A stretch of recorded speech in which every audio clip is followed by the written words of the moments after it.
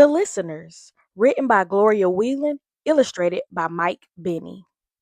Author's note: the lives of slaves depended on circumstances beyond their control. They had nothing to say about whom they would work for or where they would live. They never knew when they might be separated from their children or their spouses. Hoping to learn their fate, they sent small children to hide near the windows of their masters' homes to listen. Authors are listeners too.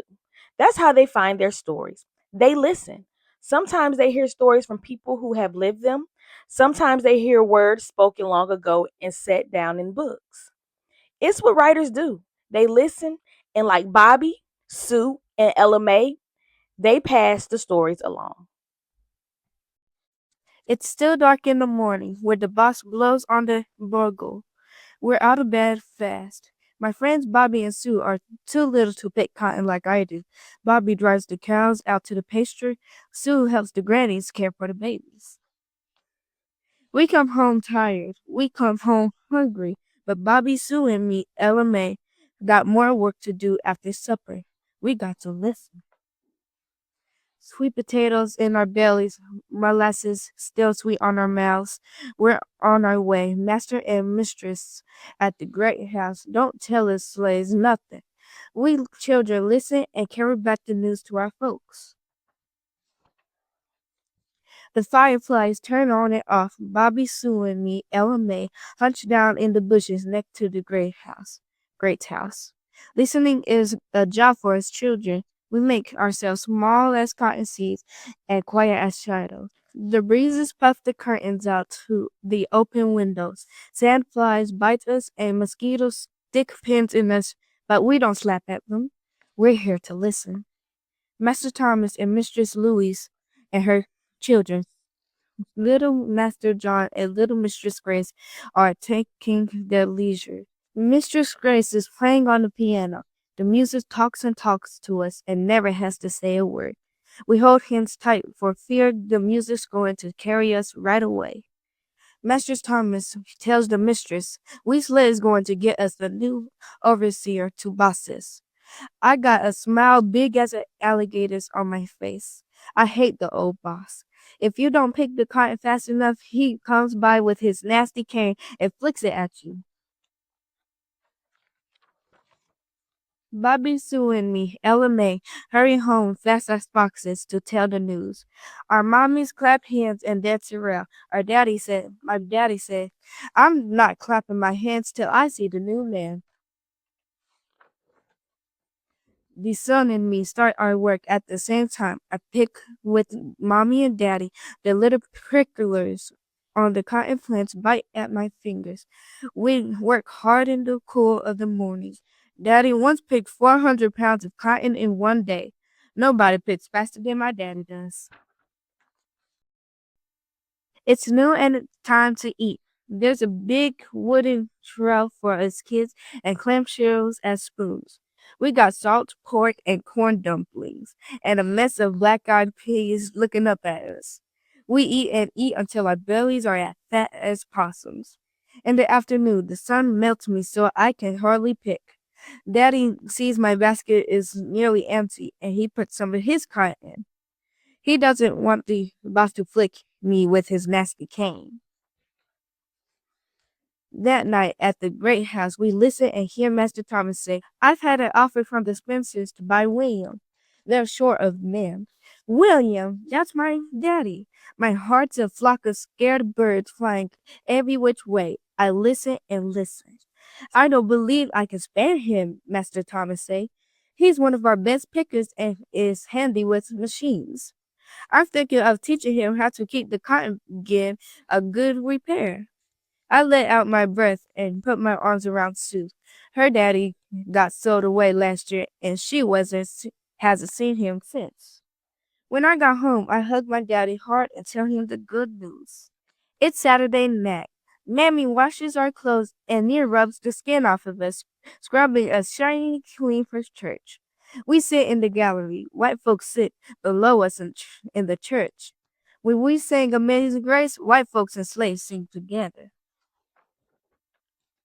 In the afternoon, we go into the woods. Our church has a blue sky for the ceiling and green grass for the floor. We've got our own preacher. He tells us the story of Moses who freed the people of Israel. The good Lord's going to free us too, he promises. The Jubilee is coming. We sing All God's Children Got Wings and Stand Still Jordan. We sing louder than the white folks to be sure the good Lord hears us. I hope he's listening. We're listening when the boss tells Master Thomas a plow and some horses would get the work done faster than the hoe. That sounds good to us because the hoe is hard work. The master says he's not buying any plow. Sleighs, he says, are cheaper than horses. Tonight, every candle in the great house is lit. It looks like they hung up the sun right inside the pillar. There's a party going on. Fiddles throw music out the windows.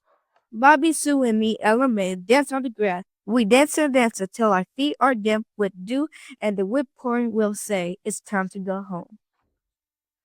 Hallelujah! The last of the cotton is picked. I get to help Daddy get be a jumper today. They hang a big bag of cotton up, and we climb right in. We jump and jump on the cotton. I dance the turkey trot and the Mary Jane. First, the cotton is soft on my toes, but when we're finished dancing, that bale is hard packed. That same night, when we listen, we hear Mistress Louise ask, "Why don't I start a little school for the slave children?" Master Thomas say, "What can you be thinking, my dear? It's against the law to educate slaves." The lady who teaches Mistress Grace has sent her a poem to learn. She says it over and over for her mamma. "And I will make thee beds of roses, and 1,000 fragrant posies, a cap of flowers and a kirtle, embroidered all the leaves of myrtle. I know roses and I know myrtle brushes, but I sure don't know what a kirtle is, and neither do Bobby and Sue. I say the poem all the way home, and now it's my poem too. When I go to sleep, I pretend my scratchy straw mattress is a bed of roses. Cold weather is coming, so winter clothes get handed out. Bobby's got a shirt, Sue and me got a flannel dress and drawers. No new shoes, my toes won't like that. Master Thomas is spied walking around in his uniform, brass buttons, sword and all. Daddy tells me, "Ella May, you and Bobby and Sue need to listen extra hard tonight. I got a feeling dangerous times are coming. Could be our lives going to be depend on what you children hear." Master Thomas is angry. His words come out as mean as rattlesnakes. "I can believe Abraham Lincoln has been elected president," Master says. "Lincoln is a madman. He says slavery is wrong. He says slavery must end." Bobby, Sue, and me, Ella May, runs fast. Our mammies and daddies gather around us. This time they do the listening. We tell them, "We got us a new president, Abraham Lincoln." Daddy says, "Moses is come. We're going to be free like the children of Israel. It's the Jubilee for sure."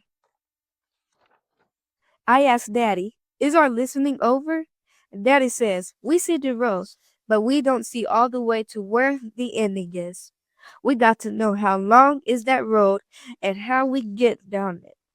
Bobby, Sue, and you, Ella May, your listening is just begun.